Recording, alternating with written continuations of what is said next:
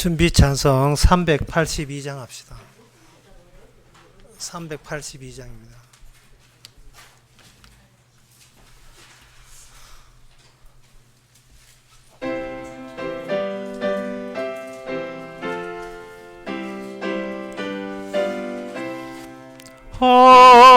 허락하신 새 땅에 들어가려면 마음의 준비하여 힘써 일하세. 여호수아 본받아 앞으로 가세. 우리 그 알처소는 주님 품일세. 시험 환난 당해도 낙심 말고서 마음의 걱정 버리고 힘써 일하세. 여호수아 본받아 앞으로 가세. 우리 그 알처소는 주님 품일세. 앞서가신 예수님 바라보면서 모두 마음을 합하여 힘써 일하세. 여호수아 본받아 앞으로 가세. 우리 그 알처소는 주님 품일세. 일할 곳이 아직도 많이 있는데 담대하게 나가서 힘써 일하세. 여호수아 본받아 앞으로 가세. 우리 그 알처소는 주님 품일세. 4절 다 일어나서 합시다. 일할 곳이 아직도 많이 있는데 담대하게 나가서 힘써 일하세. 여호수아 본받아 앞으로 가세. 우리 그 알처소는 주님 품일세. 다 같이 묵도함으로 나 예배를 함께 드리겠습니다.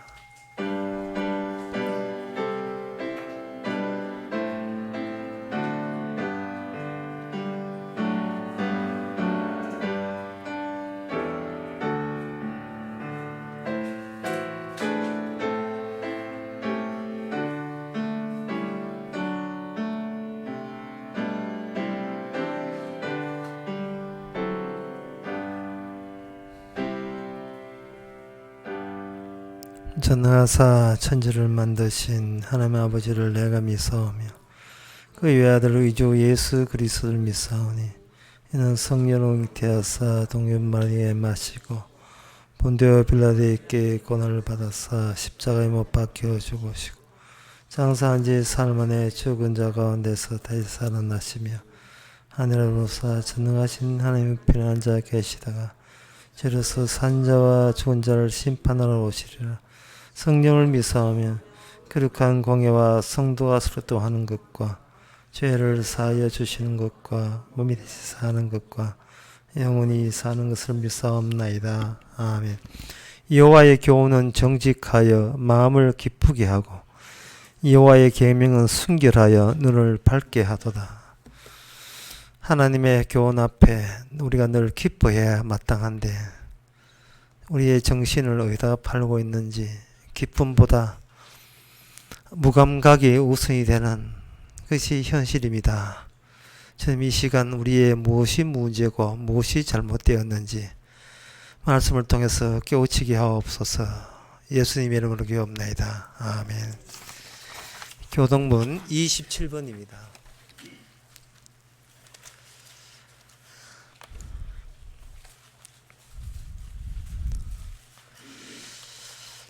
내가 산을 향하여 눈을 들리라. 나의 도움이 어디서 올꼬? 여호와께서 너로 실족지 않게 하시며 너를 지키시는 자가 졸지 아니하시로다.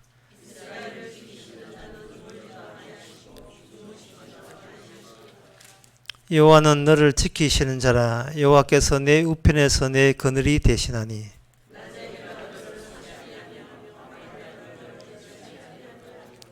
여호와께서 너를 지켜 모든 환난을 명케 하시며 또 내 영혼을 지키시로다.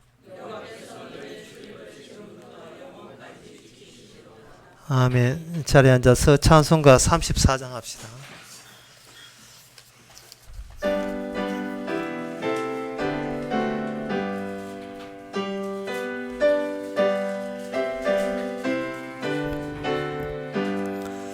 전능왕 오셔서 주 이름 찬송케 하옵소서. 영광과 권능의 성부여 오셔서 우리를 다스려 주옵소서. 강생한 성자여 오셔서 기도를 들으소서. 택하신 백성을 축복해 주시 거룩한 마음을 주옵소서.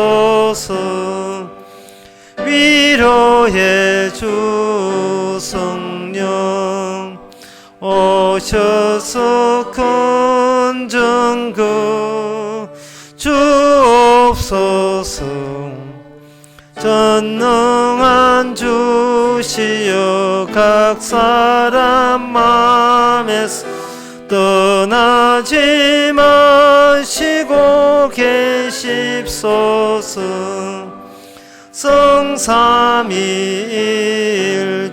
성삼위일체께 한없는 찬송을 드립니다.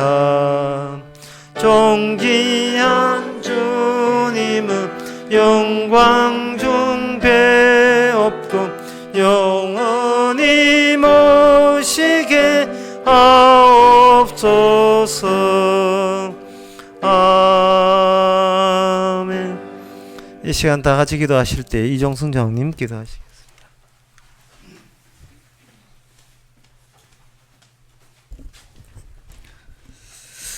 하나님 아버지, 자기 십자가를 지고 자기를 부인하면서 주님 앞에 나오라고 늘 말씀하시던 그 모습 속에서 우리는 그 십자가를 잊어버린 지 참으로 오래되었습니다. 오직 나만의 고집과 나만의 것을 가지고 주님 앞에 나아가려고 그동안 많은 시도를 하였지만 그것이 하나님 앞에 그 무슨 소용이 있는지 다시 한번 우리 마음을 되돌아볼 수 있기를 원합니다. 그래서 모든 것 버리고라도 주를 따라가겠다고 하던 그 베드로조차도 주님을 부인하면서 되돌아서 버릴 때 주님 단호하게 말씀했습니다. 내가 닭 울기 전 3번 나를 부인하리라는 그 말씀에 주님 다시 한번 주목되어지기를 원합니다. 기필코 자기 부인에게 부인 일어나지 않고는 주님 앞에 다가설 수 없다는 사실을 지적하면서 주의 사람으로서, 주의 백성으로서, 주의 끌림을 받은 자로서 당연하게 구원되어진다는 그 주님의 그 속성 속에서 만들어낼 때 우리는 하늘나라 그 소망을 바라볼 수 있을 줄 믿습니다. 이 시간도 우리 마음속에 다시 한번 베드로처럼 주님을 외면하며 부인되어지기를 원합니다.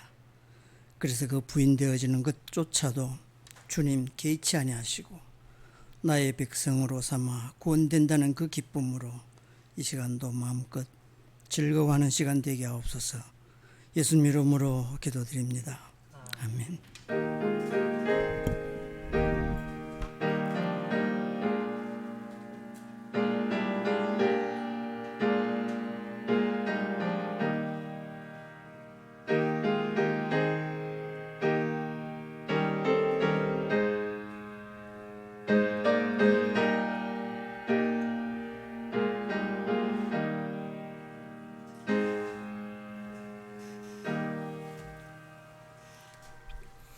예, 이 시간 광고 시간입니다. 저는 우리 교회에서 16년 동안, 장로님이 그렇게 이야기하는데 16년 동안 오랫동안 이렇게 장로직을 수행하시고, 예, 자신에서 이제는 많이 했다. 너무 많이 하셔가지고 이제는 더 가면 두고 싶다 해서 그것조차도 성령께서 하시는 말씀인 줄 알고 흔쾌히 받아들여서 앞으로 우리에게는 장로 없이 그냥 교회 교회 뭐 몇 명 되지도 않으니까 협의체로 하겠습니다. 오늘까지는 주보 시무장로, 은퇴장로 있는데 이걸 다 치우고 다음 주배는 아주 깔끔하게 하고 이렇게 하겠습니다. 그래서 이 오전 예배 순서를 정해놨는데, 그래서 뭔가 변화가 있었는데 해서 오후 예배 기도에서 여자분들은 오전에도 기도 없고 오후에도 기도 없앴습니다. 지금 여성의 시대 아닙니까? 모든 교회에서 여자는 잠잠하라 하는 그런 뜻은 아니고 다 없애버려서 이제 혹시 이런 분 있거든요. 성령께서 기도하라 했다. 이런 분은 제가 받아드리겠습니다.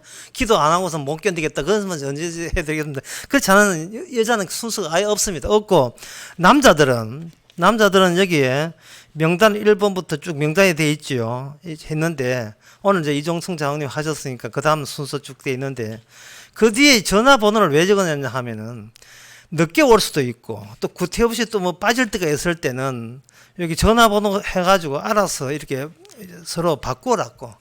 그래서 이게 좀 누락이 없이, 그것도 뭐 바꾼 것도 실천하면 예비자 명단이 있거든요. 저 세종시에서 오신 그 강경량 성도님, 이 대전에서 오신 이 김정인, 거의 뭐 몇 개월마다 6개월만 하면서 오시는 그분, 예. 나이가 연세가 많아가지고 입이 무거우신 분이 그래서 이렇게 혹시 대대시 해달라고 하여튼 전화번호 했으니까 될 수 있도록 기도 순서가 빠짐이 없이 그렇게 도와주시기 바랍니다. 다른 광고 없으면 찬송가 184장 하겠습니다.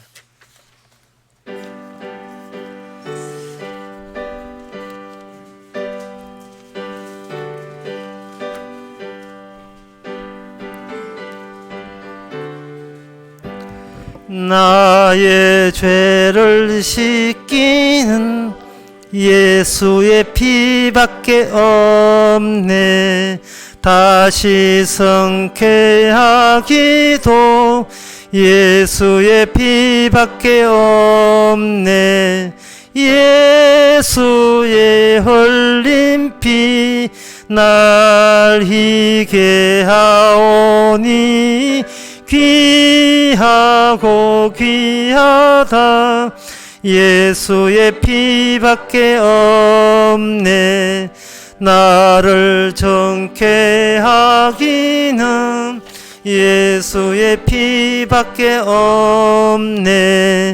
사죄하는 증거도 예수의 피밖에 없네. 예수의 흘린 피 날 희게 하오니 귀하고 귀하다. 예수의 피밖에 없네. 나의 죄 속하기는 예수의 피밖에 없네. 나는 공로 없도다. 예수의 피밖에 없네.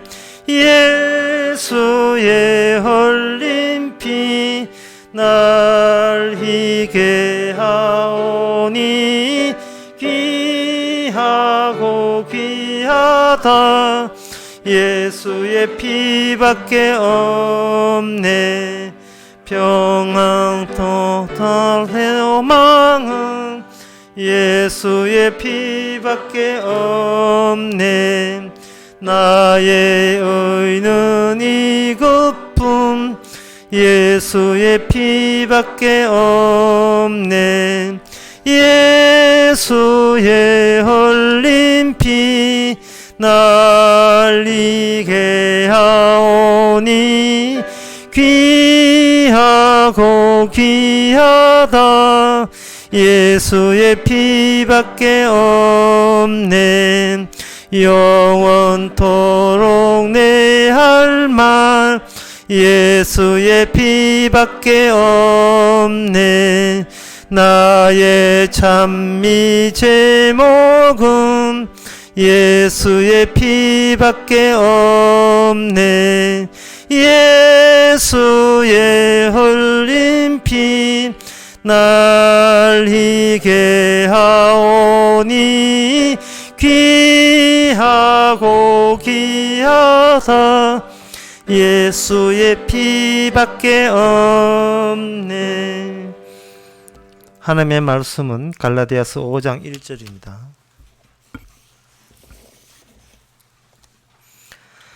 그리스도께서 우리로 자유케 하려고 자유를 주셨으니 그러므로 굳세게 서서 다시는 종의 멍에를 매지 말라. 아멘. 사도 바울이 그 성경을 통해서 이런 말을 할 때는 사실은 쓸데없는 이야기를 한 건 아니죠. 근데 이 방금 했던 이 말씀, 그리스도께서 우리를 자유케 했고 종의 저 멍에를 매지 말라는 이 말이 오늘날 우리가 21세기 현대를 살아가는 데 있어서의 무슨 연관성이 있는지를 상당히 받아들이기 굉장히 곤란해요. 돈 벌고 돈으로 살아가고 돈을 소비하면서 살아가는 이 입장에서 뭐이 중요하지도 않는 이야기처럼 들리는 겁니다. 자유롭게 하려고 자유를 주셨으니 종의 먹이를 매지 말라 하는데 우리가 언제 자유 돌라고 한 적이 있습니까? 이미 민주주의 사회가 되어버리면 우리가 아는 자유는 그게 전부예요. 남한테 피 입히지 않는 한 남도 나에게는 간섭하지 않는다의 원칙, 그걸 사회계약이라고 하는데, 사회계약, 그게 헌법이죠. 미국의 그 민주주의 헌법에 보면 이렇게 되어 있어요. 인간에게는 행복을 추구할 권리가 있다. 그렇게 되어 있습니다. 행복을 추구할 권리가 있다. 이 말은 뭐냐 하면 본인 나름대로 행복하면 더는 더 자유가 더 이상 필요치 않다. 그렇게 되는 거예요. 행복한데 무슨 또 자유를 또 다 할 필요가 없잖아요. 그 자유를 달라 했을 때는 그 뭔가 행복하지 않기 때문에 자유를 달라 했는데 이미 자기가 능력과 할 수 있는 모든 정치적 여건이 다 되어 있는데 뭐 자유가 뭐 아쉽고 뭐 자유가 배고프고 뭐 이런 건 없다 이 말이죠. 그리고 자유라 하는 것도 자기 마음 먹기 말해서 마음을 낮춰버리면 그 자체가 행복이기 때문에 자유를 더는 요구하지 않습니다.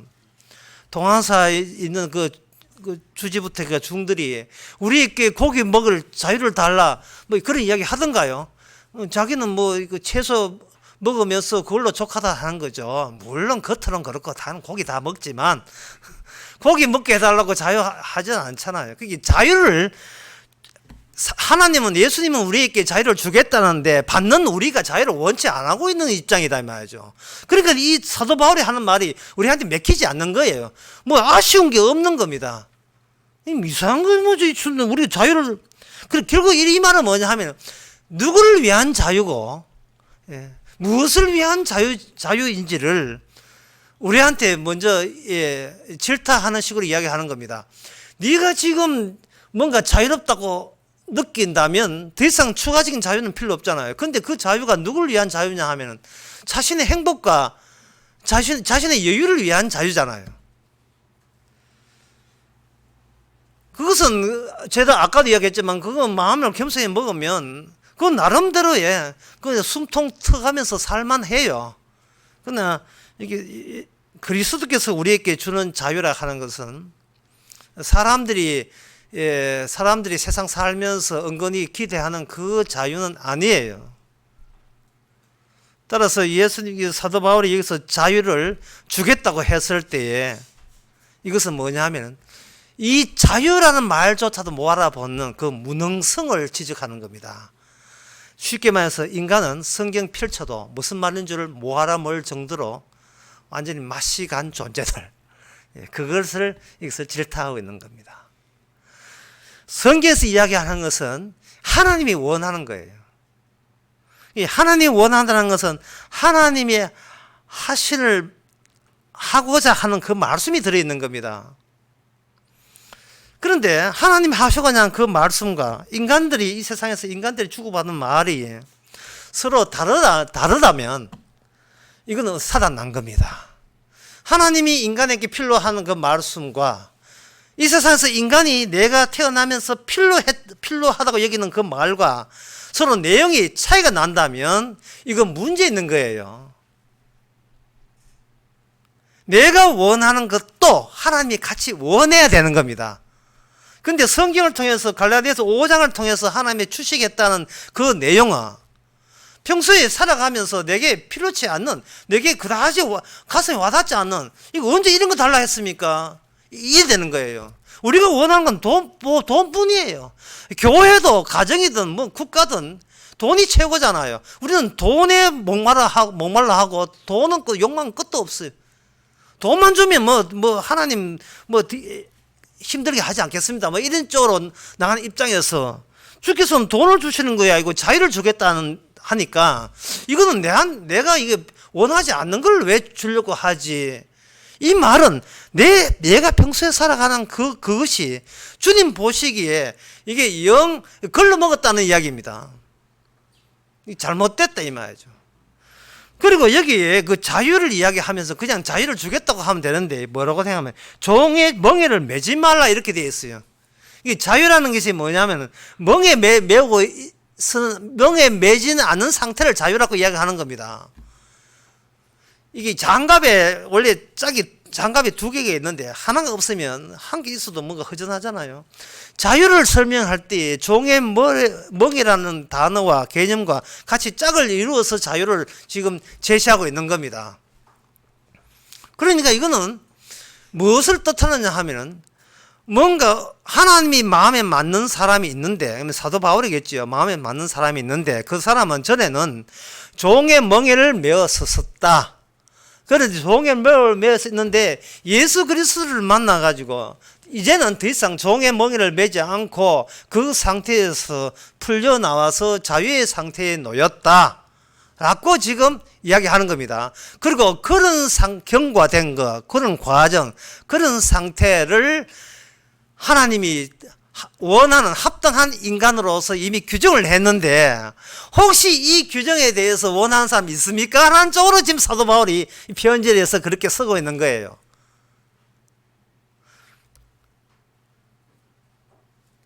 그러니까 이 말은 우리한테 하나만화예요. 왜 하나만하냐면 종의 멍에라는 그것이 현재 내 처지가 종의 멍에를 선 처지다는 것을 인식하지 못하고 인지하지 못하는 사람에게서는 하나님이 제공하자는 자유도 그다지 반갑지 않은 겁니다. 그리고 이미 자유를 얻었으면, 자유를 얻은 사람 같으면 어떻게 되냐 하면 전에 있던 내 상태가 종의 멍에를 맨 상태였네 라고 고백을 하게 되게 되면 이미 그 사람은 자유를 얻었기 때문에 그 자유 상태에 돌입했기 때문에 더 이상 자유를 주세요 할 이유도 없는 거예요. 이래도 자유를 얻을 필요 없고 저래도 자유를 얻으려고 하지도 않을 것이고, 그러면 결국 이 갈라디아서 5장 1절은 뭐냐 하면은 주님께서 지금 이 일을 갈라디아서 5장 1절의 차원에서 벌리고 있다는 하나님의 자기 작업에 대한 계획서를 우리에게 통고해 주는 거예요. 지금 너희들이 뭘 하든 간에 지금 하나님께서는 이런 식으로 자유 주고 종의 뭐 자유 주는 사람과 그렇지 않은 사람을 구분해서 일을 진행시킨다. 그렇게 되는 겁니다. 그런데 그렇게 하실 때에 그러면 우리가 궁금한 게 종의 멍에는 뭐고 자유가 뭐냐, 이제 이게 궁금하지요. 그걸 아는 방법은 뭐냐면 그리스도께서 우리를 자유케 하렸고 이렇게 했어요. 그리스도께서. 그러면 요 세 가지를 연결시키면 간단히 풀려요. 뭐냐면 그리스도께서 이 땅에 와서 어떤 일이 벌어졌는가를 알면 되는 겁니다. 예수님께서 이 땅에 와서 어떤 일이 벌어졌는가를 제가 요한복음 20장 5절과 7절을 통해서 말씀드리겠습니다. 거기에 보면 이렇게 되어 있어요. 5장부터 20장 5절부터 보면 구풀이여 세마포 놓인 것을 보았으나 들어가지는 아니하였더니 시몬 베드로가 따라와서 무덤에 들어가 보니 세마포가 놓였고 또 머리에 샀던 수건은 세마포와 함께 놓이지 않고 딴 곳에 객혀 있더라. 그래 되어 있어요. 이게 뭐냐면 예수님께서 그 무덤에 들어가시고 난 뒤에 하루 이틀 사흘째 되는 날 베드로가 그 막달라 마리아가 무덤이 예수님의 시신이 없다는 소리를 듣고 가보니까 거기에 예수님을 돌아가실 때 예수님께서 장례 치르면서 입었던 그 세마포는 옆에 다 이렇게 차분하게 개어 있는데 당사자 예수님이 여기 빠져 있어 없는 상태에 있어요. 이것을 교회에서 이걸 부활이라고 하지 않습니까? 부활이다, 부활됐다 이 말이죠. 그러면 이 부활이라는 말은 그 전제가 뭐냐 하면 이 땅에서 사셨던 적이 있어야 되고 그 다음에 죽으셨던 적이 있어야 돼요. 그래야 이 부활이라는 것이 의미 있는 겁니다. 사셨고 죽었는데 지금은 어떻게 됐다? 부활되신 그리스도께서 지금 어떤 일을 하느냐 하면은 종의 멍에를 진 자기 백성에게 자유를 주시는 일을 하시는 겁니다. 그렇다면 제가 처음에 이야기하는 논조를 가지고 연결해 보면 오늘 갈라디아서 5장 1절을 이해하는 사람은 이미 그 사람은 부활된 사람이에요. 그러면 우리의 이 몸은 뭐냐? 객혀 있는 세마포 같은 겁니다. 예수님께서는 부활하시고 무엇을 남겼느냐 하면은 자기가 입었던 옷을 점검물로 내세웠어요. 왜 그 점검물이 필요하냐 하면은 전에 돌아가실 때 입었던 돌아가시고 난 뒤에 입었던 장례 치렀던 그 옷이거든요.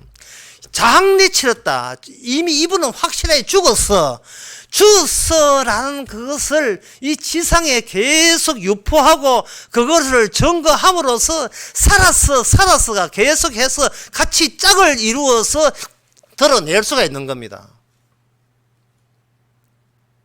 성도가 예수 믿고 성령 받고 난 뒤에 이미 새 사람 되었지만 이 육체, 이 썩어가는 육체, 늙어가는 육체가 계속 있어야 되는 이유가 바로 이 늙어가는 이 육체를 통해서 부활되었음을, 이미 자유를 얻었음을 증거하는 증거용이 되기 때문에 그래요.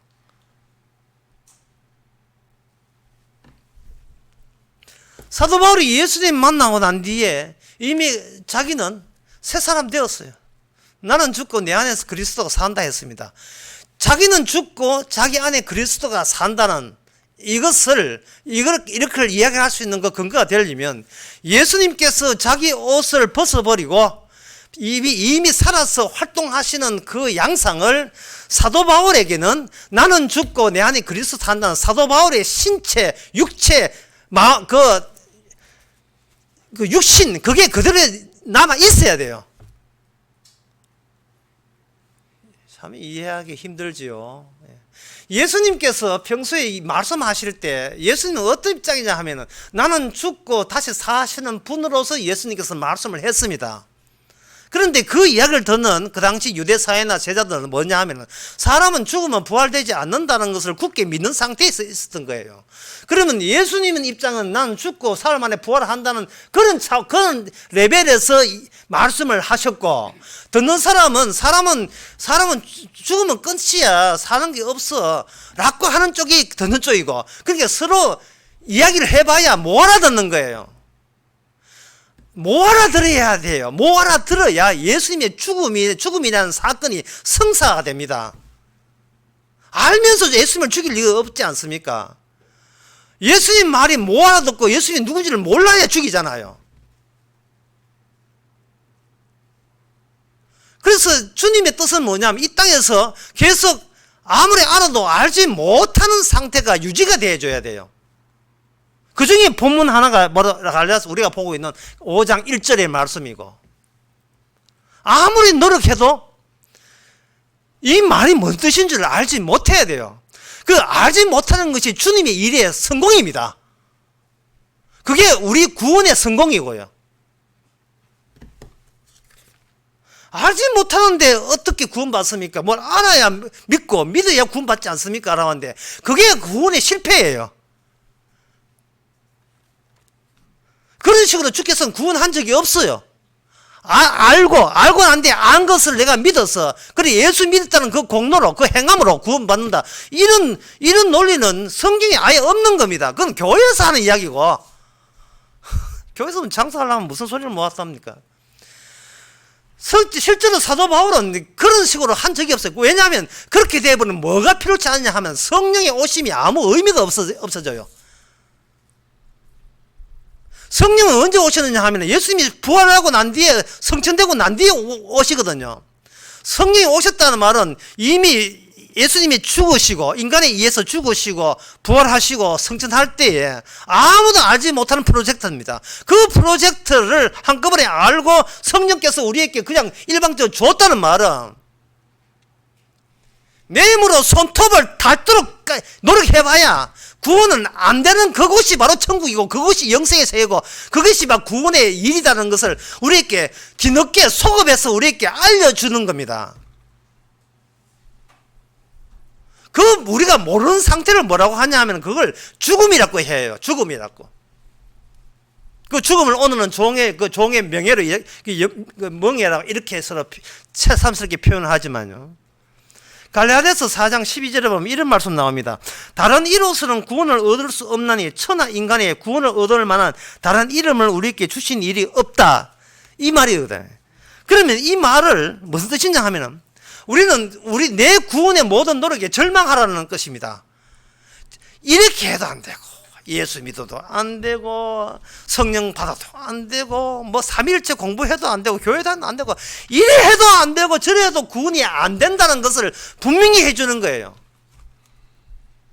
이렇게 하고 성공부해도 안 되고 예배 참석해도 안 되고 어떻게 주일날 기도 대표 기도해도 안 되고 어떻게 해도 안 되고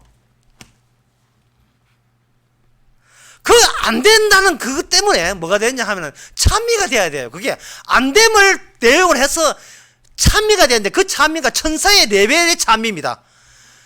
너희들이 아무리 안 되는 것을 되게 하셨다는 거예요. 그게 성령의 오심이에요. 성령이 와서 보니까 처음부터 이게 안 되는 일이었던 거예요. 이게 성령이 오고 나니까 비로소 눈 뜬 거예요. 이게 안 되는 일이구나. 11조 해도 안 되고 교회 참석해도 안 되고 이건 예수 믿어도 안 되고 철야해도 안 되고 금식해도 안 되고 회개해도 안 되고 찢어지는 회개도 안 돼요.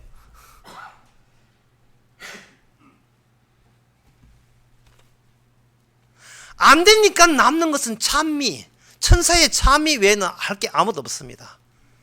사람이 침착해지죠. 그때부터는 안정성을 얻습니다. 안정성을 얻은 사람은 뭘 해도 괜찮아요. 자기 자신을 알기 때문에. 해도 되고 안 해도 된다는 존재이기 때문에 내 행함으로 내 운명이 결정되지 않았다는 것을 느긋하게 즐길 수가 있습니다. 실수해도 안 되었고 성공해도 안 되었고 어떤 경우도 구원에 성공해야 하는 것은 인간에게는 애초부터는 없었다는 겁니다. 이제는 우리는 그것에서 신나죠. 즐겁죠. 이게 즐거운데 그러면 여기서 즐거움에 멈추지 말고 더 나가야 돼요. 왜 나는 인간은 안 될까? 그걸 오늘 본문에서는 뭐냐면 종의 멍이를 뒤집어 씌웠기 때문에 안 된다는 겁니다. 이제사 그 자유화라는 것과 짝을 이루는 종의 멍에가 왜 우리 인간에게 주어지는지를 아는 겁니다. 그 전까지는 뭐냐? 우리는 인간이다. 인간이 어떻게 이 땅에는 고생하지만 죽어서는 호강 천당 가느냐? 인간이기 때문에 천국 가야 되라는 생각이 우선되는 거예요. 모든 신앙이 다 그런 거예요. 그러니까 신학이 이게 불가능이죠. 이게 무능이죠, 무능. 내가 인간이 먼저 있고, 인간은 나를, 거울 보면 내가 빛이잖아요. 이 나를, 죽어서는 좋은데 천국을 내가 나를 어떻게 보낼 것인가 이제 신경 쓰고 있다, 이 말이죠.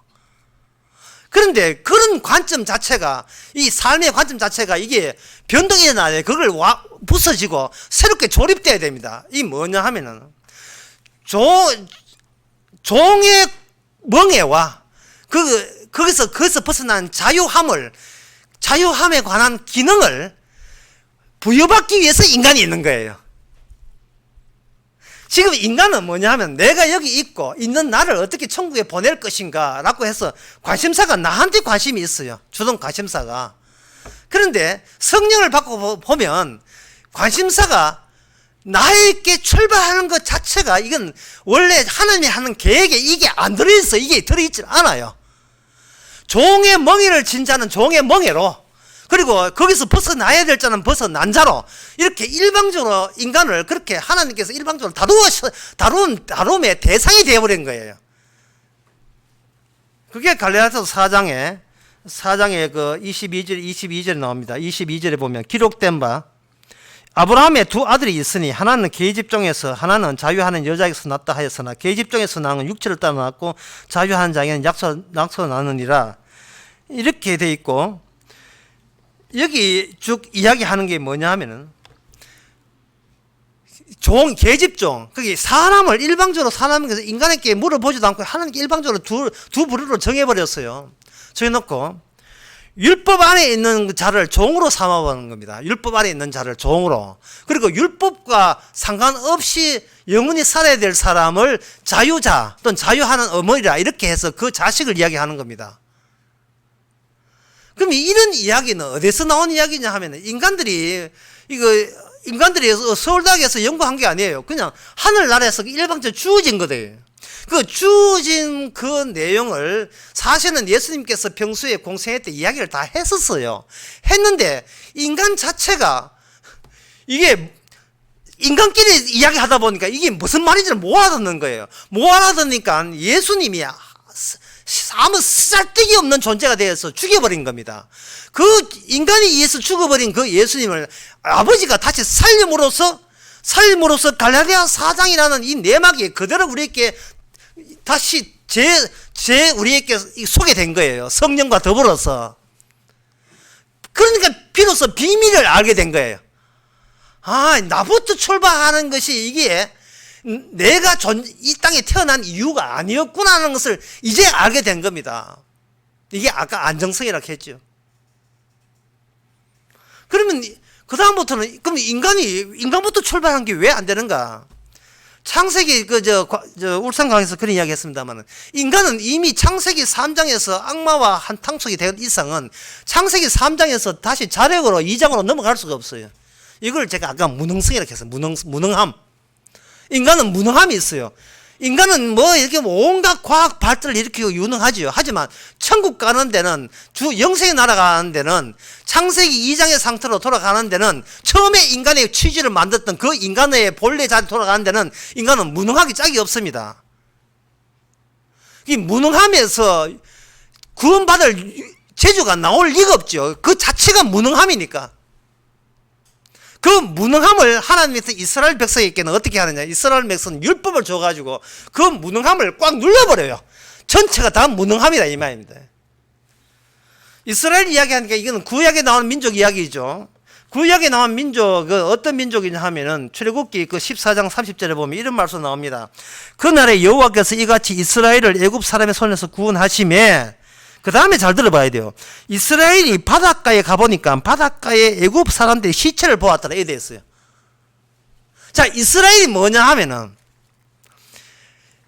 홍해 가에 가서 홍해 바다에 가서 거기서 자기가 통과했던 홍해를 통과하다가 죽어버린 그 뒤따라왔던 애굽 군대들의 군사들의 시신을 목격하는 그러한 위치에 있는 게 이스라엘이에요. 저 인간들 왜 죽었지? 우리는 멀쩡하게 통과했는데 저 인간은 왜 죽었지? 이런 암흑을 가지고 세상 사람을 볼 수 있어야 이게 이스라엘이다 이 말이죠. 예? 우리가 이거 성령을 받고 난 뒤에 세상에 나가 보세요. 전부 다 애국 군사들이에요. 넘볼 걸 넘봐야지. 예?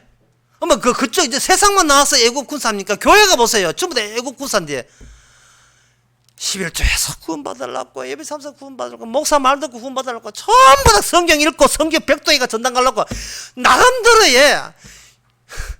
내가 구원받을 자기 있느냐 없느냐부터 따지지 않고 무조건 천당 있다 하니까 가보겠다는 거예요.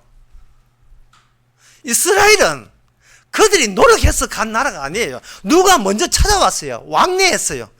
하나님이 모세를 보내서 히브리인들 투입하니까 히브리인 모세가 지령을 받고 그 자기 백성을 데리고 나왔거든요.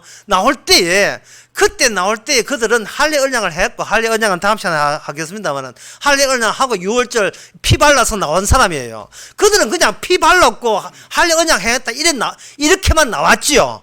그렇게만 알고 있었는데 막상 홍해를 건너고 난 뒤에 뒤돌아 홍해 바닷가에 다시 가보니까 거기에 애굽의 시신들이 또 있단 말이에요. 그러면 자기들은 도대체 도대체 무슨 일이 벌어진 거예요? 광고에 이런 광고 있잖아요. 광고에 광고에 나온 연예인이 그 치킨 맛을 보니까 맛이 너무 좋은 거예요. 그때 유명한 광고 멘트가 있습니다. 도대체 이 닭다리에 무슨 짓을 한 거예요? 주님이 우리를 닭다리를 보면 주님이 저에게 무슨 짓을 했습니까? 저에게 무슨 짓을 했습니까? 아무것도 내 쪽에서 하나님이 하는 아무것도 없어요. 왜? 해봤자 그게 무능함이니까. 무능함의 발로니까. 그런데 뭘 했어요? 뭘 하고 난 뒤에 성령 오심이죠. 성령 오고 난 뒤에 똑같은 인간이고 똑같은 신체를 가졌는데 저쪽은 죽은 존재예요. 그리고 우리도 애굽 이스라엘 사람도 자기 헤엄쳐가지고 홍해 건너오라 때 빠져 죽지요. 그런데 주님께서 홍해를 중간에 갈렸잖아요. 갈렸을 때 이게 내보고 갈린 게 아니거든요. 하나님이 자신의 일을 전가하기 위해서 같이 물에 빠져 죽어야 될 우리를 일방적으로 그 작업에 인부로 집어넣은 거예요. 인부로. 돈도 안 주지만 하여튼 인부로 집어넣어가지고 이끄신 겁니다. 집어넣고 난 뒤에 그 다음에 시내산에서 뭘 줬느냐 하면은 시내산에서 율법을 준 거예요. 율법이 뭐냐 하면 신명기 28장에 여러분 옛날에 이런 교회 다닐 때 신방할 때 많이 들은 이야기가 신명기 28장 아무 때나 해볼게요. 신명기 28장 아무 구성이나 해볼게요. 하나님 여호와의 말씀을 삼가 지켜 행하면 너를 뛰어나게 하고 네가 이 말씀을 지키면 복을 받고 그 다음에 이 말씀을 안 지키면 네가 저주를 받을지라. 이게 신명기 28장 내용이에요. 말씀을 지키면 복을 받고 말씀만 안 지키면 저주 받는다는 거예요. 그 이야기 듣고 사람들은 복에 관심이 있지 자기가 저주 받는다는 그 벌칙 조항은 자기에 해당 안 되는 줄 착각하고 있어요. 시내산에서 하나님께서 또는 모세를 통해서 율법을 준 것은 모든 것을 이 세상을 홍해 바다 한가운데로 완전히 전환시키는 겁니다. 살자가 없다. 자력으로 살자가 없게 만들어버려요. 자력으로.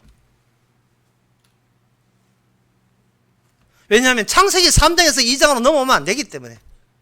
3장이라 하는 것은 악마의 종에 팔려서, 악마의 종이 되어서, 죽을 때까지 죽는 거예요. 그리고 저주받는 거예요. 이 하나님의 이 원칙을 인간의 힘으로, 악마의 요구사항으로, 이게 깨어지면 안 되거든요. 굳어져야 돼요. 완전히 이게 원칙이니까. 그 원칙대로 고수하기 위해서는 어느 누구도 자력으로 그 저주를 벗어날 수가 없는 겁니다. 종의 멍에는 가는 것은 모든 인간에게 다 종의 멍에가 주어지는 거예요. 이거는 인간의 행함으로 빠져나올 수 있는 그런 멍해가 아니에요. 그래서 갈라디아서 3장 10절에 보면 무릇 율법 행위에 속한 자들은 저주 아래에 있나니 기록된 바 누구든지 율법책에 기록된 대로 온갖 일을 항상 행하지 아니하는 자는 저주 아래에 있다. 율법을 어기는 정도가 아니에요. 율법을 어기는 순간 나는 소속이 저주라는 그 소속 안에 들어있는 거예요. 저는 이걸 가두리 양식장이라고 하는데, 이 가두리 양식장 해놓고 거기다가 살충제 확 뿌리는 겁니다. 몰살하라고. 우리는 가두어져 있어요. 가두리 양식장에다가 살충제, 뿌려버리면 다 죽어요. 그게 주님의 작업이에요. 죽으라고 태어나게 하신 거예요. 죽으라고. 그러면 성도는 자기 죽음을 즐겨야 되죠, 이제는. 사는 게 불편해요. 하지만 재밌어요. 모든 인간에게 직업이나 성격, 인품, 배려, 동정, 성격, 성질 일체 고려하지 않고 다 죽여버립니다. 율법 앞에서는 다 죽여버려요. 목사, 장로 그런 것도 물론 없고요. 몇 년 댕기나 그것도 없어요. 이것은 바로 파스칼의 원리입니다. 물리학에 보면 파스칼의 원리라는 게 있어요. 이게 뭐냐면 표면에 작용하는 압력은 일정하다는 겁니다. 파스칼의 원리에 의해서 만들어진 그 뭐냐면 자동차 브레이크예요.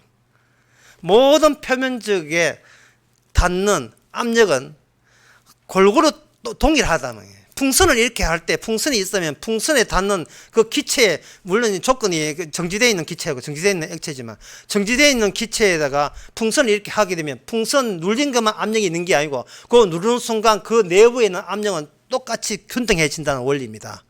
17세기에 파스칼이라는 사람이 이걸 발휘했거든요. 따라서 그 자동차 브레이크를 할 때 브레이크에 강한 압력을 하기 위해서는 좁은 면적에다가 유압을 줘버리면 넓은 면적에 브레이크 압력이 동일하게 다 걸리는 거예요. 그 원리에 의해서.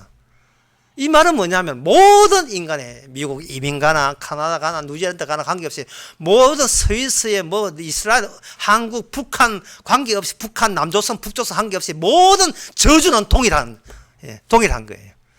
파스칼의 원리입니다. 저주의 압력은 동일해요. 취직이 돼도 저주고, 취직이 안 돼도 저주고, 결혼해도 저주고, 안 돼도 저주고, 자식 없어도 저주고, 있어도 저주고. 파스칼의 원리입니다. 모든 인간은 종의 멍에를 메었다는 겁니다. 왜? 그래야만 한다는 거예요. 잘못해서 그런 게, 잘못한 게 아니고, 잘못한 게 인간이 태어나야 될 이유가 종의 멍에로부터 출발해 줘야 되는 거예요. 왜 종의 멍에로부터 출발해야 되는가? 예수님이 시작이 바로 종의 멍에로부터 한 게 시작이 그기 때문에. 예수 그리스도를 위하여 피조물이 있거든요. 나는 어떻게 구원받습니까? 그건 말하면 안 돼요. 나라는 그 자체가 인간에게는 그 시작점이 아닙니다. 인간들이 자기를 보면서 제일 근본적으로 잘못된 것은 뭐냐면 내가 여기 있다부터 생각한 게 그게 잘못이에요. 내가 여기 있다. 착하게 살면 착하게 되고 나쁘게 살면 나쁜 죄인 된다. 이렇게 생각하는 거예요.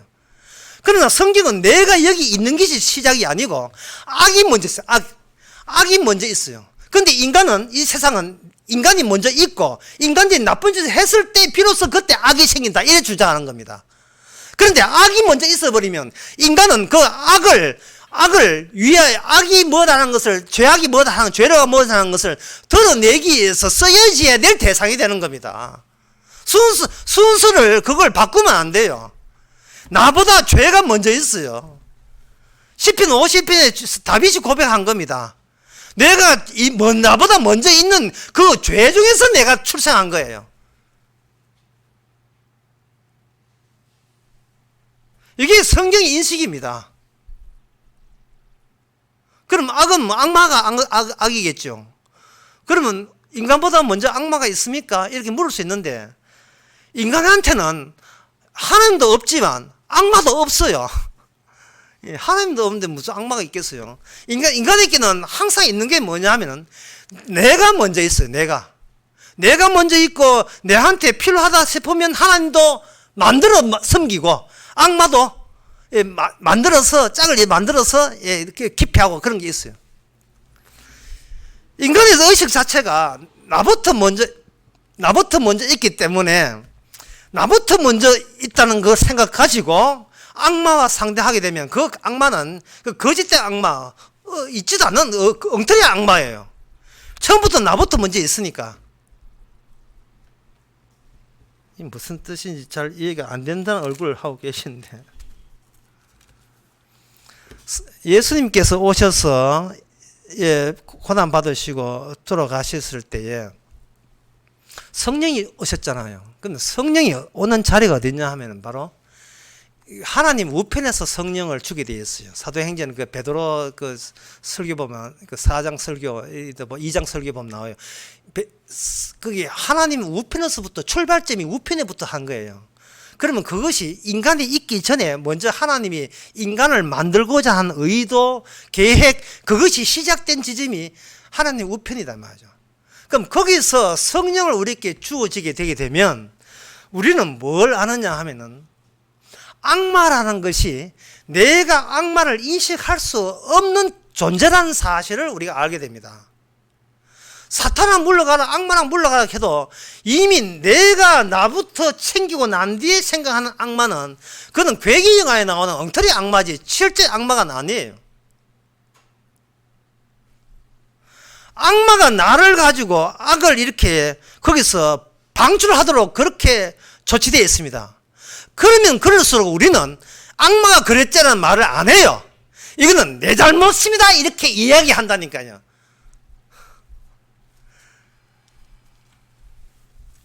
진짜 이게 어려운 말이죠. 마가복음 5장 39절에 보면 예수님께서 누가복음이나 마가복음에 보면 예수님께서 일하실 때 항상 성령 가지고 일하시거든요. 성령으로서 일할 때에 아까도 이야기했지만 사람들이 예수님을 이해를 했으면 예수님을 안 죽였습니다. 예수님이 하는 이야기와 인간들 하는 이야기가 이게 소통이 안 돼요. 전혀 못 알아들어요. 이거는 이야기뿐만 아니고 예수님이 하신 일도 마찬가지입니다. 마가복음 5장에 보게 되면 거기 야이로라는 사람의 회당장이 나와요. 야이로라는 회당장이 나와서 어린 딸이 죽게 되었다고 지금 예수님한테 부탁하는 겁니다. 방금 제가 이야기했던 그 이론을 그대로 적용시켜 봅시다. 지금 야이로가 예수님 평소에 기도하고 싶어서 예수님 기도하는 게 아니에요. 지금 야이로는 자기가 있으니까 누구도 있냐면 자기 딸도 있어요. 그렇게 내가 있고 내 딸 있고입니다. 뭐 있음부터 출발하는 게 있음이 출발이에요. 뭐든지 인간은 그게 전부예요. 있음이 출발이에요. 인간에게 죽음이라 하는 것은 내가 있다가 내가 없어진 걸 죽음이라 보는 거예요. 그게 인간의 한계입니다. 죽게 되어서 답답해서 예수님 붙들었거든요. 그래서 예수님께서 가자 이랬어요. 이미 죽고 난 뒤에 죽게 되었다 했는데 이미 가는 길은 이미 죽어버렸어요. 죽고 나니까 여기서 뭐 난리도 아니죠. 장례 치른다고. 그래서 이제 장례 친다고 해가지고 사람들 뭐 나가라 했습니다. 뭐 여기 그 저 38절 보면 막 따라가 울고 심히 통곡하는 거 보시고 39절에 저희께 이르시되 너가 어찌하여 혼하며 우느냐. 그 다음에 말씀이 이 아이는 죽은 것이 아니라 잔다. 이렇게 자고 있는 거예요. 자고 있다. 그런데 그 인간들은 뭐냐? 죽었다고 보는 거예요. 예수님은 자는 걸 봤어요. 휴식하고 쉬고 있는 걸 보았다 이 말이죠. 인식이 이렇게 안 맞는 거예요. 잘 때는 어떻게 하느냐? 잘 때는 살려주는 게 아닙니다. 깨우는 거예요. 그만 자. 이 깨우시는 겁니다. 이 비슷한 이야기가 에베소서 5장에 봅니다. 잠자는 자여 깨어 일어나라. 예수님이 보는 관점은 인간에게는 죽음이 없는 거예요. 왜? 태어날 때부터 이미 그 상태, 그 조건 자체가 죽음 조건이기 때문에 새삼스럽게 죽었다고 이야기해버리면 죽기 전까지는 살았다는 것이 이게 정당화되니까 주님 나라에서는 하늘나라에서는 그걸 인정하지 않는 겁니다. 그 용어 바꿔라는 거예요. 살았다 일어나 있으나 니는 실은 죽은 자로다. 요한계시록에 나오는 이야기잖아요. 이 인식을 안 바꾼 식으로 성경을 천독백독해도 무슨 소용이 있습니까? 인식 자체가 안 바뀌어 있는데. 우리는 우리 신체가 이게 유품이에요. 유품.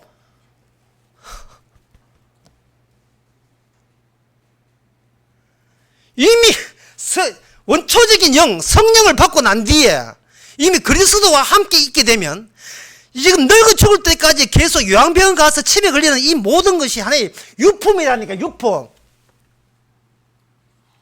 유품이라는 것은 어떤 뜻이냐 하면은 저 집에서 그 아들하고 같이 늘 이렇게 꽉 싸우고 잔소리하고 싸우다가 어느 날 그 아들이 군에 그 입대 통지 받고 군에 가던 날, 그날 오후에 그렇게 요란스럽고 만날 게임하고 삥삥삥 하고 있던 그 아들 방에 한번 들어가 보세요. 허전하지요. 텅 빈 공간이 허전하지요. 이렇게 까불다가 아이고 고생 군에 갔구나. 그래 나라에 의해서 해야지. 그래 해야지. 아이고 가히 또 엄밀로서 슬프네. 이러잖아. 허전하잖아요. 우리는 우리 자신을 볼 때에 진작에 가야 될 그러한 입장이에요. 오늘 설교를 뭐 딴 제목을 하다면 유품 정리예요. 유품 정리는 어떤지 하면 지금 우리 자신이요. 내가 자신이 내한테 아무 쓸데가 없어요. 쓸데없기에 어떤 승부욕도 필요치 않아요. 그게 안정감입니다. 그게 침착함이에요. 그게 아까 이야기한 세마포예요. 알맹이는 빠지고 껍데기만 남아요. 껍데기만 살아가는 껍데기만. 예. 껍데기만 지금 월드컵 8강, 4강 해서 껍데기들만 유니비 입고 또 쫓아다녀. 전부 다 껍데기들, 껍데기들. 예. 껍데기 한 돼지고기 그 생각합니다. 이 껍데기는 비교 대상이 아닙니다. 남들한테 비교 대상이 안 되거든요. 그렇게 비교 대상이 안 되면 어떤 누구로부터 협박받을 필요가 없습니다. 예. 미투 백날 해봐라. 협박받을 필요 없어요. 예. 누구로부터?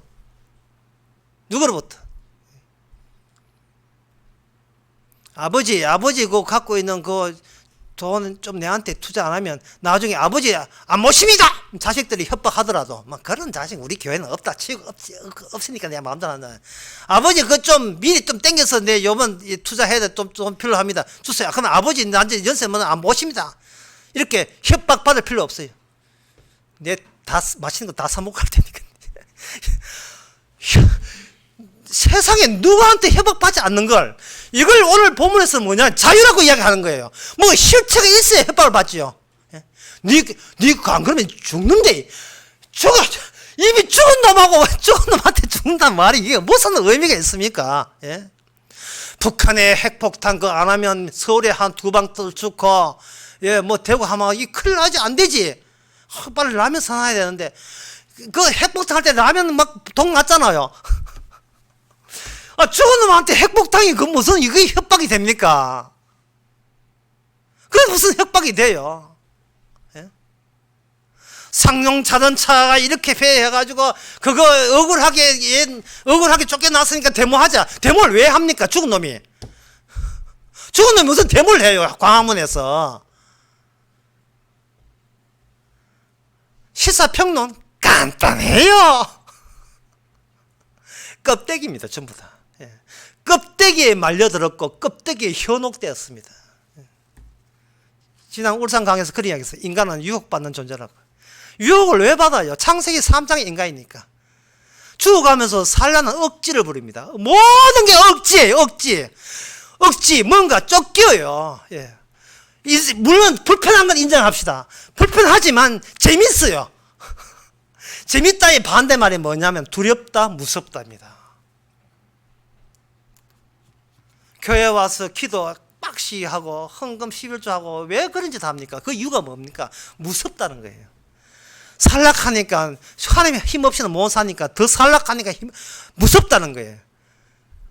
누가 살아야 되는데? 내가 살아야 되는데. 그게 바로 보이지 않는 영의 대변자예요. 악마는 없어요. 없는데 내가 이미 그 자체가 악마의 있음을 티내고 있는 겁니다.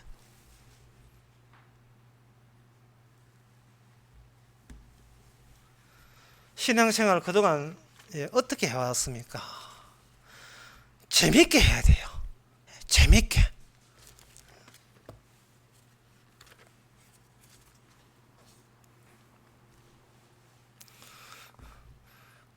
어떤 분이 그런 이야기해요. 우리에게 뭐 장로 뽑아야 되지 않겠습니까? 저는 단호하게 반대했습니다. 또 누굴 또 밟아 죽이려고. 사람은 뭘 하나 행동할 때는 지 편하려고 행동해요. 장로 왜 뽑는가? 지는 기도하려고. 지는 편하게 천당하려고. 주께서 각자의 몫이 있어요. 그 기능은 너는 종의 멍에서 율법이라는 거, 법이라는 거, 그 법의 파스타에 원래 그 누르는 그 법이 너무 힘드니까 그 법을 지켜서 천국까지 뚫어내겠다는 거예요. 교회가 시킨 대로 다 해가지고 나 이만큼 의롭고 이만큼 삭취했으니까 천당 가겠다는 겁니다. 그게 바로 악마의 소리예요. 그 악마가 예수님을 십자가에 못 박아 죽었습니다. 바리새인과 사두개인들이, 서기관들이 그 주동해서 그 짓을 교회가 또 하고 있어요. 지금 소비자 만족이에요. 뭐 그런 거예요. 고객 만족입니까? 벌벌 떨면서 온 사람에게 그들에게 더욱더 종의 멍에를 집어져버립니다. 그래서 이 사도 바울이 하는 말이 전혀 이해를 못해요. 교회 오면 복주겠지. 그걸 복주는 그 복이라는 말을 용어를 바꾸면 간단한 거잖아요. 교회 오면 돈 주겠지. 기도하면 어디 돈 벌 부자 되게 해주지. 그런 말이거든요. 이게 부자 왜 되려고 합니까? 살아야 되겠다는 거예요. 야이로의 회당장 딸처럼.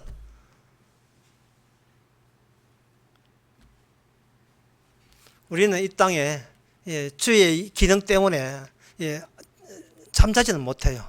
좀 있으면 지금 벌써 잠에 가까운 분도 계시는데 이제 젊은 사람들은 좀 멀어지고 잘 때 푹 자도록 약간의 불편함은 감수하세요. 불편함은 감수하시되 재미있게 사시기 바랍니다. 그 어떤 게 재미냐? 마지막 이 말씀만 마치게 어떤 게 재미냐 하면은 그 축복과 저주가 십자가 율법의 완성이니까 율법의 완성으로만 얻게 된다는 그것을 성도한테는 기능을 죽은 자기 때문에 기능이 주어져요. 부활이 주님의 성령을 통해서 기능이 주어지면 성도만이 무엇이 축복이고 무엇이 저주라는 것을 그 경계선적인 기능을 하기 위해서 우리에게 남은 육신을 주신 겁니다. 이 땅에 왜 사느냐? 어디 가도 지옥과 천국을 가름하는 경계선상을 표출하라고 이 땅에 온 거예요. 그것도 느긋하게, 아무 걱정 없이, 구원받은 자의 여유? 뭐 그런 식으로. 천국 간 여유, 영생 받은 자의 여유를 가지고, 너희들 이제 율법 하나도 어기면 다 지옥 가는 거야. 이라고 마음 놓고 외칠 수 있는 그런 느긋함, 그런 자유, 우리에게 자유를 언급하는 거예요. 뭘 하라고? 종의 먹이를 악마에 의해서 짊어지고 있다는 그 현실을 똑바로 증거하라고. 자유적인 입장에서. 고생해라. 마귀한테 속아 넘어가 해라. 백날 행해봐라. 천당 가는가. 이렇게 느긋한 마음에서 그걸 외치라고 우리에게 성령을 주신 겁니다. 이미 우리는 주님의 십자가 앞에서 죽은 자예요. 죽었기 때문에 못할 일이 없습니다. 양심의 가책, 그 양심마저 주님께 넘겨줘버려요. 예, 양심마저 줄게. 주님이 알아서 양심 알아서 내용물 채워주시옵소서. 그 내용이 뭐냐 하면 이 주를 사랑하지 않는 자는 저주를 받을지어다, 이런 내용물들 있잖아요. 그 기능이 우리를 가지고 이 파스칼의 원리, 이 모든 지역에서, 가나다, 미국, 모든 한국 어떤 지역에서 똑같은 주님의 작용이 현재 벌어지고 있다는 것을 증거하는 것. 이게 성령이 임하면 네가 땅끝까지 주의 정의라는 그 이야기입니다. 기도하겠습니다. 하나님 아버지, 무엇을 노리고 어떤 의식을 가지고 교회에 나왔습니까? 주께서 하신 이 일을 내용은 모르고 내가 승부욕, 내 욕망으로 얻어진 내 뜻은 가득 차 있는 이 엉터리 같은 우리에게 다시 한번 십자가를 통해서 죽은 자라는 것을 확인 사살시켜 주시옵시고, 우리 빈자리에 주님의 말씀의 기능과 성령의 일만 가득 차게 하옵소서. 예수님의 이름으로 기도합나이다. 아멘.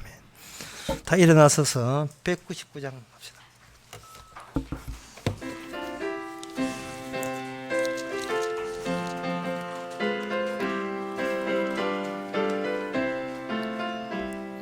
주 십자가를 지심으로 죄인을 구속하셨으니